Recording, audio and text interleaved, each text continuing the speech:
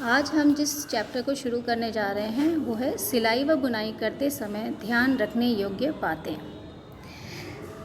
आदि मानव अपना तन ढकने के लिए वृक्षों की छाल, फूल, पत्तों और पशुओं की त्वचा का उपयोग करता था, लेकिन जैसे जैसे हमारी डेवलपमेंट्स हुई हमने जो है अलग अलग तरीके के वस्त्रों को सिलकर अपने शरीर को ढकने का काम शुरू किया।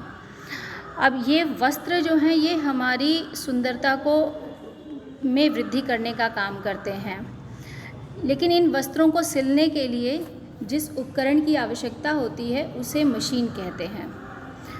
सिलाई की मशीन यूँ तो कई प्रकार की होती हैं, लेकिन मुख्यतः इन्हें हम 3 कैटेगरीज़ में डिवाइड कर सकते हैं। पहली है हाथ की मशीन, दूसरी है पैर की मशीन और तीसरी है बिजली से चलने वाली मशीन। तीनों ही मशीनों को हम सिलाई करने के लिए उपयोग में ले आते हैं। हाथ की मशीन अति साधारण होती है, जिसे हम कहीं भी ले जाकर आसानी से कपड़े को सिल सकते हैं, जबकि पैर की मशीन एक जगह पर स्थिर रहती है जिससे हम सिलाई का काम करते हैं। और बिजली से चलने वाली मशीन में स्टैंड लगा होता है जो कि बिजली के द्वारा मोटर द्वारा संचालित की जाती है।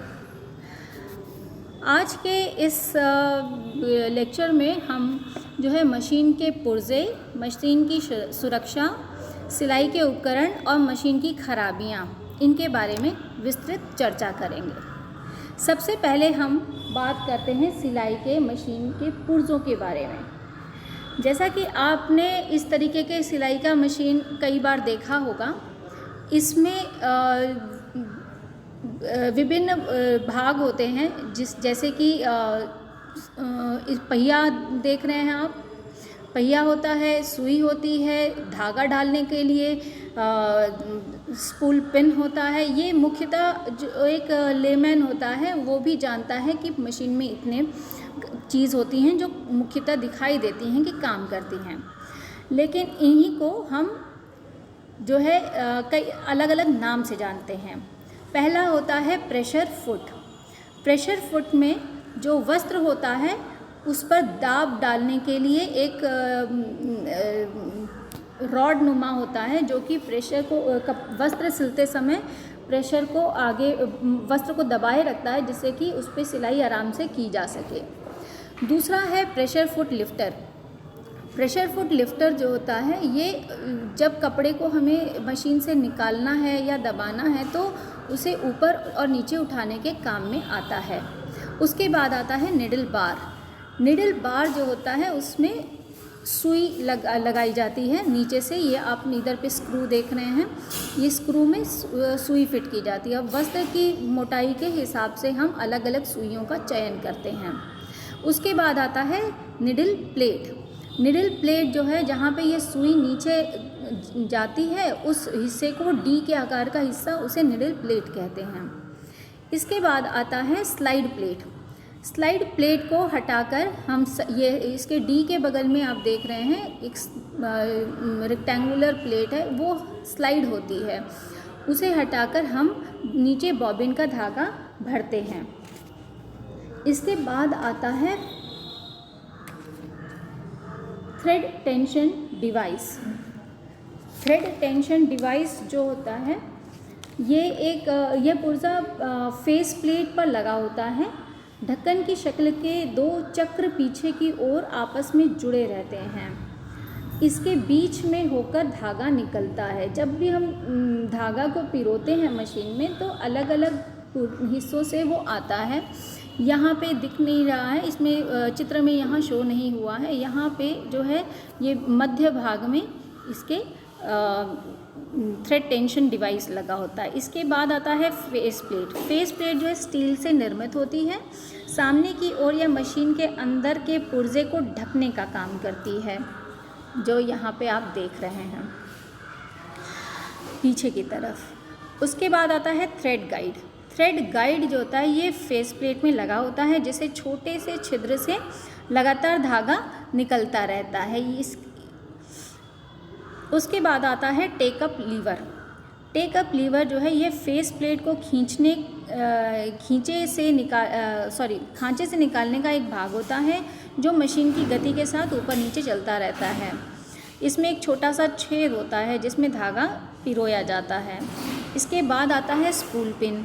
स्पूल पिन एक कीलनुमा पिन होती है जिसमें हम धागे की जो रील होती है वो लगाते हैं, जिससे कि जब मशीन चलती है तो हमारी कपड़े को ऊपर से जो धागा लगाया जाता है वो उसके के द्वारा सिलाई करती है। उसके बाद आता है बॉबिन वाइंडर। बॉबिन वाइंडर जो होता है इसमें इसकी सहायता से बॉबिन में धागा लपेटा जाता है। उसके बाद आता है bobbin winder tension angle. Tension angle जो होता है ये बॉबिन का जो केस होता है इसी में लगा रहता है। एक छोटा सा आपने देखा होगा, उसे आप खींच भी सकते हैं। उसमें जब धागा डाला जाता है तो उसका जो प्रेशर होता है वो सही से आता है। उसके बाद आता है stitch regulating screw. Stitch regulating screw ये सामने आप देख रहे हैं मशीन के मेन पार्ट पे एक लंबा सा रेक्टेंगुलर, इसमें नट की तरह से निकला हुआ लीवर है। ये जो है ये आपको टाँके मशीन में सिलाई करते समय छोटे या बड़े करने हैं उसके काम आता है। उसके बाद आता है हैंडल ड्राइवर। हैंडल ड्राइवर जो होता है वो पहिए के साथ जुड़ा रहता है। जब हाथ से हम चलाते हैं तो उसी के द्वारा हम मशीन को चलाते हैं तो हमारा कपड़ा आगे पीछे होता है। उसके बाद आता है स्टॉप मोशन। यह एक स्टील का पहिया होता है जिससे मशीन को चलाया या बंद किया जाता है। उसके बाद आता है फिट डॉग। फिट डॉग जो होता है ये नीचे की जो डी प्लेट हमने पहले आपको चित्र में दिखाई थी, ये डी प्लेट में ही लगा रहता है। ये दांते नुमा आकार का होता है जिसके द्वारा कपड़ा जो है वो प्रेशर बार के अंदर और फिट डॉग के बीच में रहता है, और जब हम पहिया घुमाते हैं तो वस्त्र हमारा आगे आगे सरकता है। उसके बाद आता है प्रेशर बार रेगुलेटिंग स्क्रू। प्रेशर बार रेगुलेटिंग स्क्रू जो होता है यह बार के ऊपर लगा होता है। इससे वस्त्र के दबाव को कम या अधिक करने में सहायता मिलती है। इसके बाद हम नेक्स्ट जो हमारा पार्ट है वो है सिलाई मशीन की सुरक्षा। सिलाई मशीन की सुरक्षा के लिए जो है इसमें की सफाई, उसमें तेल डालना, यदि पैर वाली मशीन है तो मशीन के स्टैंड की सफाई, और मशीन का तेल किस प्रकार का होना चाहिए इस पे ध्यान देते हैं। तो मशीन में बहुत छोटे छोटे से पुर्जे होते हैं जिनकी सफाई यदि नहीं की जाए या उनका रख रखाव ना किया जाए तो वो जंग लग जाता है और ख़राब हो जाते हैं। इसलिए जो है मशीन को समय समय पर खोल के साफ़ करते रहना चाहिए। साफ़ करने के लिए क्योंकि कल पुर्जे हैं, मशीन में लोहे स्टील का इस्तेमाल होता है, इसलिए इनमें कई छिद्र बने होते हैं मशीन में, जिसमें से तेल डाला जाता है। तेल डालकर जो है मशीन को थोड़ा सा आप चला लें जिससे कि पूरी मशीन में वो तेल जो है वो अपने आप समा जाएगा। उसके बाद आता है पैर की जो मशीन होती है उसका स्टैंड जो है वो एक तो पहिए की बेयरिंग होती है जिसके ऊपर पहिया चलता है, और दूसरा होता है पायदान जहाँ पे दोनों स्टैंड जुड़े जो कि दोनों स्टैंड से दोनों तरफ से जुड़ा रहता है। इन दोनों को सही रूप से रख रखाव करना ये ज़रूरी होता है। उसके बाद आता है मशीन का तेल। मशीन का तेल हमेशा जो है अच्छी क्वालिटी का ही इस्तेमाल करना चाहिए। यदि हम अच्छी क्वालिटी का तेल इस्तेमाल नहीं करते हैं तो उसका असर बहुत अच्छा दिखाई नहीं देता है।